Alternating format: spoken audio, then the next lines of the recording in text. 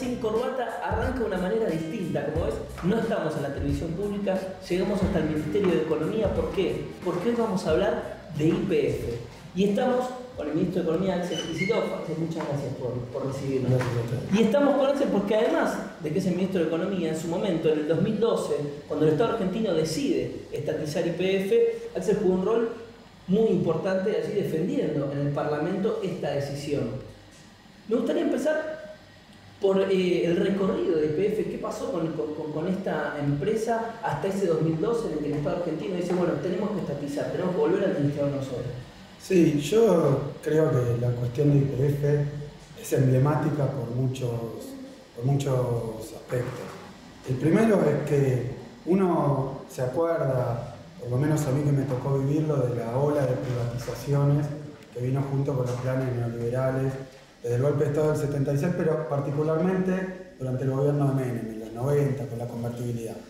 Y una de las privatizaciones, creo yo, más emblemáticas del neoliberalismo fue la de la petrolera estatal, la empresa de bandera por excelencia, que era YPF, una YPF fundada muy atrás en el tiempo, porque Argentina encontró petróleo en 1907, o sea que Argentina es un país que tiene petróleo hace muchísimo tiempo.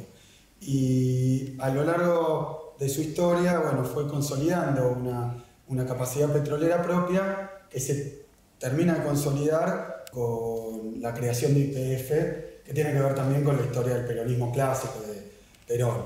Pero el hecho de haber privatizado YPF yo creo que fue una joya que se quedó el neoliberalismo y que era de los argentinos, era capital social argentino, era un patrimonio de todos YPF. Y de repente, ¡pum!, se le vendió y se le mal vendió, como fueron todas las privatizaciones de los 90, a una petrolera, que era una petrolera española, que también se quedó, los españoles se quedaron con empresas de teléfono, se quedaron con aerolíneas argentinas, y en el marco de eso Repsol se queda con el petróleo argentino. YPF tenía otra cualidad también, la tenía y la tiene hoy, es la empresa más grande del país, es decir, es la empresa que más factura en la Argentina, como empresa. Y entonces yo creo que tal vez se pierde la perspectiva, porque todas las privatizaciones tenían que ver con un modelo de país. La privatización de YPF, por ejemplo, tuvo esta particularidad. Vinieron unos privados extranjeros, tomaron YPF, que era una empresa con, digamos, mucha pertenencia nacional y despliegue territorial enorme, las estaciones de servicio eran YPF. Yo me acuerdo de propaganda de cuando era chico de la YPF estatal. Y bueno, se quedaron con todo eso y ¿qué hicieron? Vinieron a llevarse hasta la última gota de petróleo argentino. Repsol, cuando estatiza YPF, era una compañía de estaciones de servicio, ni siquiera hacía exploración petrolera. En cambio, YPF era una empresa que estaba en la Argentina, pero también tenía yacimientos y tenía producción en muchas partes del mundo. Bueno, todo eso lo desguazaron. Y en Argentina pusieron la bomba de succión y se empezaron a llevar el petróleo. ¿Para qué? Y por eso digo que es una empresa interesante para entender lo que es la columna vertebral y la filosofía del neoliberalismo en Argentina. Porque ese petróleo y ese gas que sacaban del país lo exportaban al exterior. Es decir, nos sacaron el recurso, se lo llevaron afuera, desguazaron la empresa, le sacaron capacidades, la tomaron y la canibalizaron. Y me parece que eso se ve en los números. Cuando uno mira, por ejemplo, la producción de petróleo durante la época de YPF, cayó casi a la mitad, estrictamente un 42%. Miren qué espanto. Bajaron la producción, o sea, el petróleo que bombeaban todos los días cayó a la mitad. Al mismo tiempo, la producción de gas también cayó aproximadamente en un 40%. O sea, Repsol tomó una empresa que se había construido con muchísimos años, con muchísimo esfuerzo, con muchísimo dinero del Estado argentino, y se llevó la que había hasta ahí y no puso un peso más. Y en el momento en el que el Estado decide justamente intervenir, ¿hacia dónde iba Repsol? ¿Cuál era el límite? ¿Qué pasaba si el Estado no intervenía? Repsol lo que había hecho con YPF es robarle lo que realmente es el motor de una compañía petrolera, que son las reservas.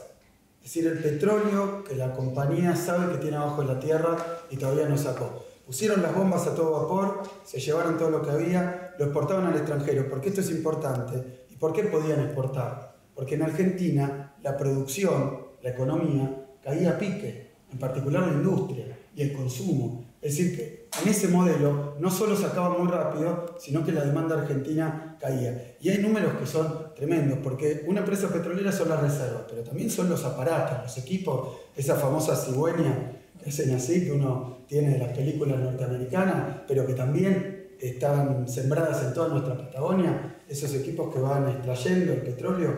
Bueno, dejó básicamente de usar lo que son los equipos de perforación, que es para buscar más petróleo. Entonces, cuando se recupera YPF, cuando el control pasa al Estado, había 30 equipos de perforación únicamente. Es decir, ya no buscaban más, simplemente se llevaban, y una petrolera no es un barril sin fondo. De forma tal que estaban vaciando nuestras reservas, y yo creo que el límite era la nada misma, con una particularidad. En el medio de ese proceso de vaciamiento que estaba sufriendo YPF, se descubre Vaca Muerta. Se descubre Vaca Muerta, que es una forma de decir, porque en realidad Vaca Muerta existió desde la época de las cavernas, desde la época de los dinosaurios. El problema es que el tipo de petróleo que tiene Vaca Muerta no era económicamente rentable, no se podía sacar. El no convencional, y yo supongo que en el programa van a hablar de eso. Y entonces, o sea, Repsol sabía que tenía Vaca Muerta. Encuentra Vaca Muerta. ¿Qué trata de hacer con Vaca Muerta? Porque eso les cambia los planes. Venían depletando, digamos, vaciando nuestra reserva petrolera. Le cambia los planes, y entonces ¿qué hace? Le pone esa latita vacía de venta a Vaca Muerta, y en lugar de traer equipos, de invertir capital, todo eso que se habían llevado, empiezan a buscar socios para venderles Vaca Muerta. Miren qué imagen de lo que fue el neoliberalismo en el país. Le vendimos la empresa al extranjero, y cuando aparece un nuevo recurso, esa empresa se convierte en un negocio inmobiliario para venderle a su vez las nuevas riquezas a un tercero que venga a poner la plata. Y me parece que hay algo muy importante de lo nacional también en el petróleo, en el recurso natural. Eso es la Argentina, y se lo llevaron. Y eso fue parte de las privatizaciones. Entonces, otro número que para mí es impresionante es lo que ocurrió con la distribución de dividendos. Porque mientras se llevaban el petróleo, eso producía plata en el país. Esa plata tampoco se quedó en el país. Se fue el petróleo, y la plata que produjeron en todo el periodo de Repsol fue 17.000 millones de dólares. Es la mitad de nuestras reservas de hoy. Se lo llevaron, lo giraron al exterior. Se iban llevando las utilidades, repartiendo. No dejaban ni el petróleo ni la rentabilidad. Ni los dólares. Se llevaron todo. Entonces a mí me parece que la decisión importantísima, estratégica de la presidenta, fue eso que anuncia en el año 2012. Porque ¿a dónde nos había dejado? En que por primera vez en la historia argentina, el petróleo y la energía que producía Argentina no alcanzaba para abastecer al propio país. Nos dejó en el desabastecimiento. Y esta decisión es muy valiente, porque todos decían, ¿por qué no lo hicieron antes? Bueno, se probaron muchas cosas para que Repsol cambiara la actitud. Y yo creo que se llegó a una decisión tan valiente, tan trascendental para la Argentina como la que toma la presidenta, que es estatizar oportunamente el 51% de la compañía, recuperarla, el control del Estado. Ese control del Estado fue el día y la noche. Cambió completamente YPF después. Lo mismo pasó en aerolíneas. En aerolíneas nos dejaron aviones a la miseria. Eran 26 aviones. Miren, los números son parecidos. Cuando se va Repsol, había 30 equipos perforando. Cuando se va Marsans de aerolínea, había 26 aviones volando. Hoy, YPF estatal tiene 71 equipos. O sea, más que duplicó la cantidad de equipos que están perforando el suelo argentino buscando nuevo petróleo. Y de la misma manera tenemos una flota de más de 70 aviones en aerolíneas argentinas. Es decir, que ha sido un trabajo intensísimo de recuperación de YPF. Y vos fíjate, yo decía, 17.000 millones de dólares repartieron de utilidades cuando Repsol manejaba YPF. Y comprar YPF, con una negociación que me tocó también protagonizar, porque la presidenta me pidió no solo que participara en la recuperación del paquete accionario de YPF, sino en el arreglo amigable con Repsol, que nos había empezado juicios tipo buitre, había empezado una campaña mediática contra la Argentina, y me tocó también negociar con ellos. Y la pagamos 5.000 millones de dólares. Y eso fue criticado también. ¿Cómo estamos hoy con ese número? Bueno, yo digo, por ejemplo... Digo, en ese momento quizás era más difícil defender. Hoy, con lo que pasó con YPF hasta hoy, ¿qué puedes decir de ese precio? Qué sencillo que es. Cuando se va Repsol, las inversiones que había hecho en todo ese año, la empresa más grande del país, eran por 3.000 millones de dólares. El último año que está. que le había subido porque ya estábamos trabajando muy fuerte para plantearles que no podía ser que nos hayan dejado sin petróleo y dejen de explorar. Entonces, 3.000 millones de dólares. Este último año, YPF, bajo control del Estado argentino, invirtió 6.000 millones de dólares. O sea que nos salió menos que un año de inversión de la compañía. O sea que con lo que pagamos la empresa para siempre es menos de lo que esa empresa invirtió en un solo año para recuperar el petróleo argentino. Es un precio, yo quiero decir, es un precio justo, porque se hizo una negociación, pero quiero decir, comparado con la magnitud del potencial inexplotado que tenía YPF, porque las reservas que recuperamos son multimillonarias, todo lo que se ha hecho en términos de inversión y de manejo de la compañía, de inauguración de estación. Además quiero que todos los argentinos recuerden, porque como todas las cosas que la prensa opositora tapa, pasó a la historia y ya se olvidó. Pero recuérdenlo todo. Cuando estaba Repsol en YPF, hacíamos cola para cargar nafta.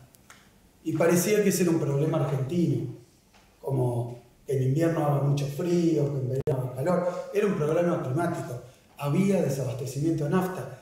Era una política de los privados que manejaban YPF. Por eso yo quiero decir, para que todos lo entiendan, nosotros no es que estamos a favor del Estado y en contra de los privados. Un privado puede gestionar bien o puede gestionar mal. El Estado puede gestionar bien o puede gestionar mal. A mí me parece que Aerolíneas e YPF son casos muy claros de que esa idea neoliberal, que sí era un dogma, de que el Estado hace todo mal, es completamente falsa. Y sobre todo que los privados hacen todo bien. Y que los privados hacen todo bien. Es todo falso. Tenemos que redondear, pero no quiero terminar la entrevista sin que hablemos, porque se pone sobre la mesa el valor estratégico justamente de YPF para avanzar hacia una independencia energética, hacia una soberanía energética. ¿Qué es lo que tenemos para adelante con YPF? Mirá, ya lo podemos mostrar en 4 años de gestión estatal. Fíjate que una petrolera es como un barco transatlántico, ¿no? Una compañía de YPF, 17.000 empleados, extensión en todo el país. Para girar un barco de esos enormes, hace falta un esfuerzo muy grande, mucho tiempo, pero en solo 4 años, con el control del Estado, por la decisión de la Presidenta de la Nación, de colaborar con todo, desde la Secretaría de Energía, que hoy está en manos de Mariana Matrana, el Ministerio de Planificación Federal, con Julio De Vida, bueno, ayudar a YPF para que Galucho, como CEO y presidente de YPF, tenga todo a mano y toda la colaboración del Estado para dar vuelta a la compañía. Y eso ha pasado, porque mientras la producción de petróleo había caído casi a la mitad con Repsol, ahora ya casi creció el 20%, en 4 años nada más. Lo mismo pasó con el gas recuperó un 25% ya, en 4 años. Las inversiones, te decía, pasamos de 3.000 millones al doble, 6.000 millones de dólares. Y eso se ve en los equipos que están trabajando. Y también, vos me preguntabas el papel estratégico. ¿Qué vamos a hacer? Porque esto es central. Claro, con el neoliberalismo, que quería dejar a los argentinos en la calle, que no le importaba la producción, la industria nacional, tener o no tener YPF era medio lo mismo, porque era un modelo extractivo, querían vaciar el país. Ahora, nosotros que estamos reindustrializando la Argentina, si no tenemos energía propia, estamos en un problema, porque el problema con YPF bajo la mano de Repsol es que mientras YPF iba para abajo, la economía iba para arriba. Por eso nos quedamos sin recursos tan rápidamente. Y entonces hoy tenemos una petrolera que es el motor central, la locomotora que nos va a llevar al autoabastecimiento energético.